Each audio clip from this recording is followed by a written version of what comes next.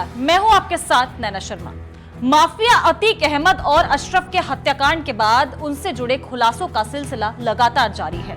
अतीक की मौत के बाद रोज बरोज एक के बाद एक खुलासे सामने आ रहे हैं। अतीक के राज फाश होने के सिलसिलों में सबसे पहले सोमवार अतीक की चिट्ठी वायरल हुई, जो उसने अपनी मौत से पहले लिखी थी। अतीक की चिट्ठी की चर्चा अभी थमी नहीं थी कि और उसके अब फरार चल रही महरूम अतीक अहमद की पत्नी शाइस्ता की चिट्ठी भी सोशल मीडिया के जरिए सामने आई है और जमकर वायरल भी हो रही है। लेकिन सामने आई अतीक और शाइस्ता की चिट्ठी अब कई नए सवाल खड़े कर रही है कि क्या मारे गए तीनों लोगों को ये पहले से मालूम था?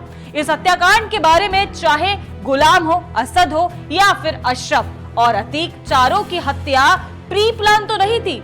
हम ऐसा इसलिए कह रहे हैं क्योंकि इस हत्याकांड की साजिश का जिक्र अतीक भी कर चुका है, जो एक लिफाफे में है।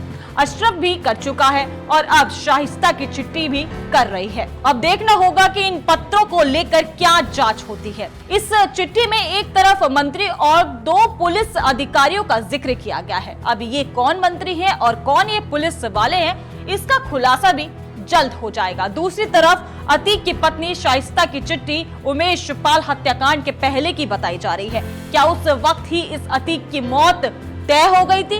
लेडी डॉन पहले को अपने पति की हत्या की साजिश के बारे में कैसे पहले ही पता चल गया?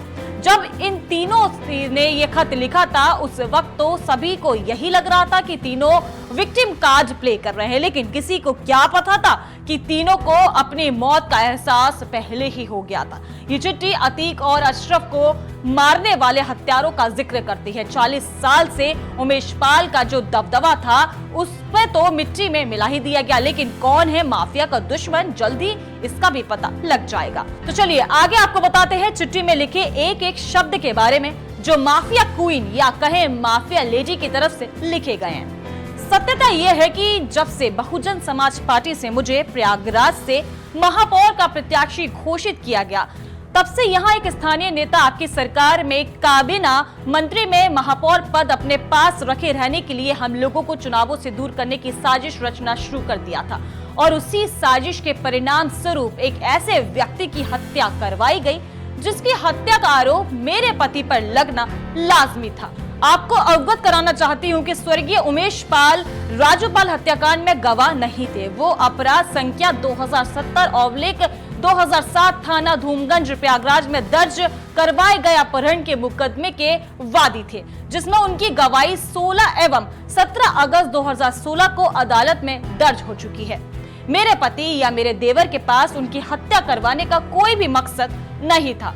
ये एक गंभीर राजनीतिक साजिश है जिसका पर्दाफाश स्वतंत्र एवं निष्पक्ष जांच से ही संभव है, क्योंकि प्रयागराज पुलिस पूरी तरह से आपके मंत्री के दबाव में काम कर रही है एवं मुकदमे में रिमांड के बहाने मेरे पति श्री अतीक अहमद और मेरे देवर अशरफ को क्रमशः अहमदाबाद जेल और बरेली जेल से बुलाकर रास्ते में हत्या करवाने की साजिश कर रही है।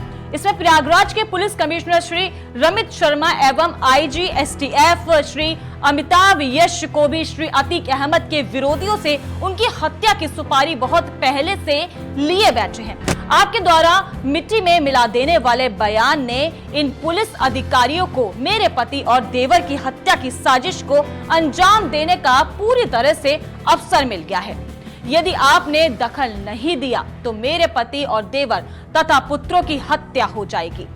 आपको सादर अवगत कराना है कि माननीय उच्चतम न्यायालय ने 23 अप्रैल 2019 को मेरे पति श्री अतीक अहमद को गुजरात के ऐसे जेल में रखने का आदेश पारित किया है जहां पर वीडियो कॉन्फ्रेंसिंग की सुविधा हो। तब से मेरे पति के समस्त मुकदमों की कार्रवाई वीडियो कॉन्फ्रेंसिंग से ही हो रही है। इस वर्तमान मुकदमा अपराध संख्या 114/2023 थाना धूमगंज प्रयागराज में यदि न्यायिक अभिरक्षा की आवश्यकता है भी तो पूर्व की भांति मेरे पति और देवर तथा पुत्रों का न्यायिक अभिरक्षा वारंट जरिए वीडियो कॉन्फ्रेंसिंग बनवाया जा सकता है। कई साल से जेल में बंद व्यक्ति अपराध से संबंधित कोई सामग्री, आला एक कत्ल अथवा अन्य कोई चीज बरामद नहीं करवा सकता। अगर साजिश के विषय में पूछताछ करनी है तो उसे जेल परिसर में भी पूछताछ की जा सकती है। ये चिट्ठी शाइस्ता की तरफ से लिखी गई है, जो कई खुलासे करती हुई दिखाई दे रही है। तो इसी तरह की तमाम खबरों को देखते रहने के लिए हमारे चैनल न्यूज़ 1 इंडिया को सब्सक्राइब करें, लाइक करें और बेल आइकन प्रेस करना ना भूलें।